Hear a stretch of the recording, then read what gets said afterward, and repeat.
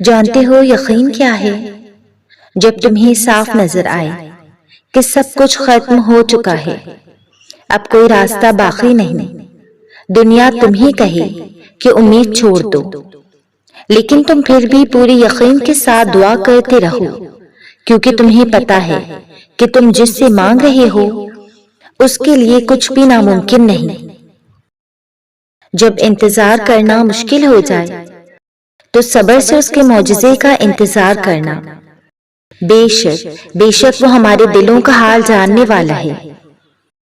اگر آپ کو معلوم ہو جائے نا کہ دعا کیسے بند دروازے آپ کے لیے کھولتی ہے، تو آپ بھاگ بھاگ کر دعا کریں گے، آپ گھنٹے لگا لگا کر دعا کریں گے، آپ ایڑیاں رگڑ رگڑ کر دعا کریں گے۔ یہ بھی تو ہو سکتا ہے نا، آج رات تم تڑپ کر سسک کر جائے نماز سے لپٹ کر دعا مانگو، اللہ سے اپنی من پسند شے کا سوال کرو اور اللہ آج ہی کن کہہ دے۔ اللہ اتنی محبت کرتا ہے تم سے کہ جب تم اپنی من پسند شے اللہ کے لیے قربان کر کے آگے بڑھ جاتے ہو تو یقین جانو قربانی کے اس سفر کے آخر میں وہی شے تمہاری منتظر ہوتی ہے جسے تم اللہ کے لیے پیچھے چھوڑ آئے ہوتے ہو، وہ اسی شے کو انعام کے طور پر تمہیں عطا کر دیتا ہے۔ اگر دعا مانگنے کی ہمت نہیں ہو رہی تو اس کا ہرگز یہ مطلب نہیں ہے کہ آپ مایوس ہو کر بیٹھ جاؤ، رک جاؤ، تھوڑا آرام کر لو۔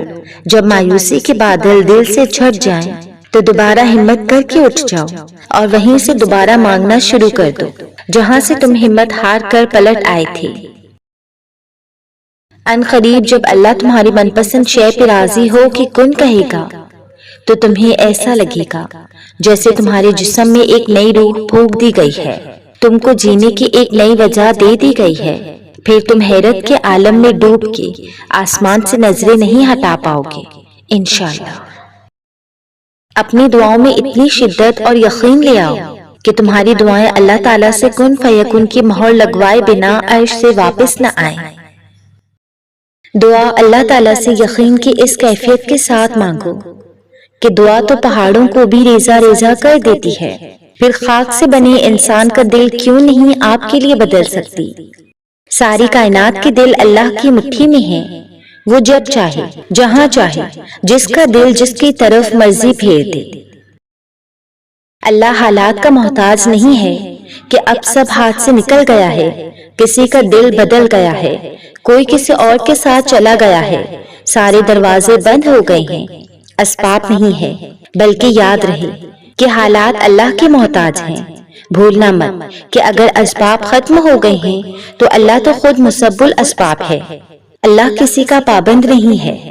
ایک بار اللہ سے کہہ کر تو دیکھو کہ اے اللہ میں تجھ سے اس لیے اپنی چاہت کا سوال بار بار کر رہی ہوں کہ آپ اللہ جو ہیں، آپ کے سوا میرا ہے ہی کون؟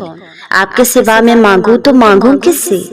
کائنات کے ہر سمت تیرا ہی وجود ہے۔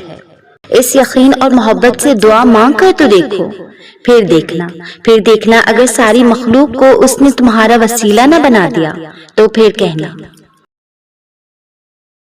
اے اللہ، اس رات جتنی بھی جھولیاں تیری بارگاہ میں اٹھیں، جتنے بھی ہاتھ تیرے در پہ پھیلائے جائیں، جتنی بھی خواہش، جتنی بھی ضرورت، جتنی بھی فریادیں تیرے عرش تک جائیں، اللہ تجھے تیرے رب ہونے کا واسطہ ہے، تجھے تیرے المجیب ہونے کا واسطہ ہے۔ سب کی ہر دعا کو، ہر پکار قبولیت کا شرف نصیب فرما، آمین۔ تمہاری مسلسل دعائیں عرش پر جا رہی ہیں اور تمہاری من پسند شے کو تمہارے حق میں بہتر بنایا جا رہا ہے، اور بہت جلد تمہاری آنکھیں فیکن کا نظارہ دیکھنے والی ہیں انشاءاللہ۔ تمہاری مسلسل دعائیں عرش پر جا رہی ہیں، جیسے ہی بہترین وقت آیا دعائیں تمہارے حق میں قبول ہو جائیں گی، اللہ کن فرما دے گا اور فیکن تمہارا مقدر ٹھہر جائے گا انشاءاللہ۔